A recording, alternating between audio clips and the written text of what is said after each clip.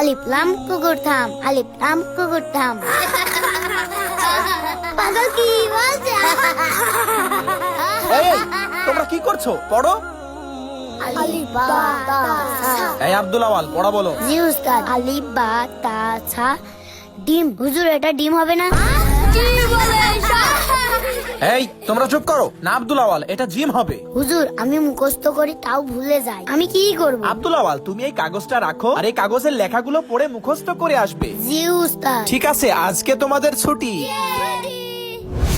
আলিফ বা তা সা জিম হা খ দাল। এই আব্দুল আওয়াল তুমি আজকে আগে পড়া বলবে। জি উস্তাদ। আলিফ বা তা সা জিম। এটা কিভাবে সম্ভব? মাশাআল্লাহ আব্দুল আওয়াল অনেক সুন্দর হয়েছে। উস্তাদ কালকে আপনি কি শিখিয়েছেন? আব্দুল আজকে এত সুন্দর পড়া পাচ্ছে। শোনো বাচ্চারা, আমি কালকে আব্দুল আওয়ালকে রব্বি জিদনি ইলমা পড়তে বলেছিলাম, কারণ এগুলো আমাদের নবীর সুন্নাহ।